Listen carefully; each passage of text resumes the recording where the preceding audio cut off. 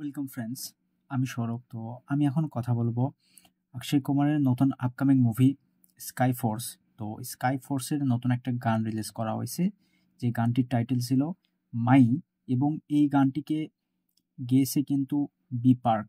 তো বি পার্কের কণ্ঠে গানটি সত্যি দুর্দান্ত ছিল। এইরকম গান আসলে সবসময় হয় না বা সবসময় কিন্তু পাওয়া যায় না। গানটি জাস্ট অসাধারণ ছিল এবং এই গানটা কিন্তু খুবই ইমোশনাল ছিল।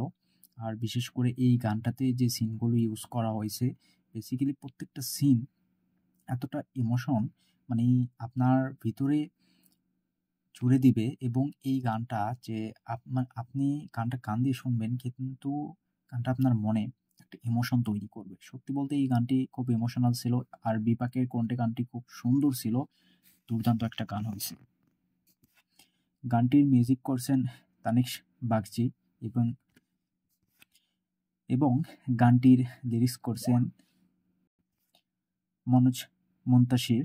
তো গানটির লিরিক্স কিন্তু খুব সুন্দর ছিল। প্রত্যেকটা কথা, গানটার প্রত্যেকটা কথা এবং প্রত্যেকটা সিন আসলে বেসিক্যালি মুভিটাতে যখন পাকিস্তানিরা মানে ইন্ডিয়ার উপর অ্যাটাক করে, মানে 30 মিনিটে কিভাবে এই কিছু সিভিলিয়ান্সকে হত্যা করে, তো সেই সিনটাকে গানটার শুরুর দিকে রাখা হয়েছে। এবং ভয়েস ওভারে কিন্তু অক্ষয় কুমার আমরা ডায়লগ শুনতে পাই, যে তিনি বলতেছেন যে কাল শাম পাকিস্তানে।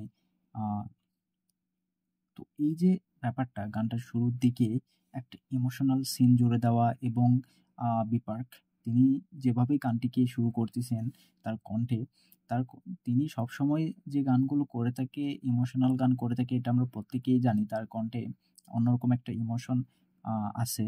এবং তার প্রত্যেকটা গান, সেটা অক্ষয় কুমারের সঙ্গে কিন্তু তিনি অনেক বড় বড় মানে সুপারহিট ব্লকবাস্টার গান ডেলিভারি করছেন।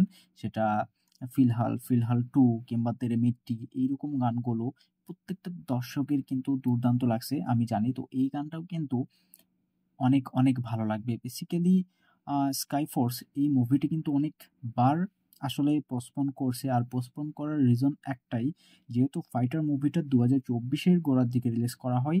তো স্কাই ফোর্স মুভিটা অনেক আগে হয়েছিল, যার কারণে তারা চায়নি যে স্কাই ফোর্স মুভিটা ফাইটারের 2-1 মাস পর আসলে রিলিজ পাক। কারণ যেহেতু দুইটা মুভির অনেক সিনস একদম সেম টু সেম, আসলে মুভিটার বিষয়বস্তু কিংবা গল্প ধরতে গেলে সেম, তো সেখান থেকে আসলে এত তাড়াতাড়ি একই ধরনের দুইটা মুভি রিলিজ করলে সেকেন্ড যে মুভিটা রিলিজ করবে, সেই মুভিটা কিন্তু বক্স অফিসে একদম মুখ থুবড়ে পড়বে, এইটা সবাই জানে। এবং স্কাই ফোর্সের টিম তারা কিন্তু এই বিষয়টা উপলব্ধি করতে পারতেছে, যার কারণে তারা আসলে বুঝতে পারতেছে যে এই স্কাই ফোর্স মুভিটা যদি ফাইটারের আগে আসতো, তো বক্স অফিসে দুর্দান্ত একটা পারফরমেন্স করতে পারতো, হিউজ একটা কালেকশন নিয়ে আসতে পারতো। সেক্ষেত্রে ফাইটার মুভিটাকে বিপদে পড়ে যেত। তো এখানে স্কাই ফোর্স মুভিটা বিপদে পড়ছে। বেসিক্যালি সব কিছু সেম।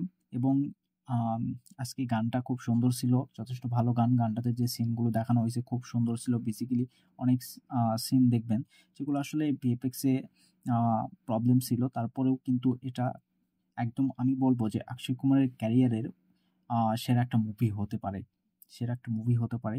কিন্তু হয়তোবা এই মুভিটাতে তার সেরকম হিউজ কিংবা ম্যাসিভ কালেকশন নিয়ে আসতে পারবে না, এটা হতেই পারে। তো গানটা আমার খুব সুন্দর লাগছে, যথেষ্ট ভালো একটা গান ছিল এটা। তো এই গানটা আপনাদের কেমন লাগছে সেটা অবশ্যই কমেন্টে জানাবেন। আর ভিডিও ভালো লাগলে অবশ্যই একটা লাইক করবেন, শেয়ার করবেন, আর এই চ্যানেলটা সাবস্ক্রাইব করবেন। ধন্যবাদ।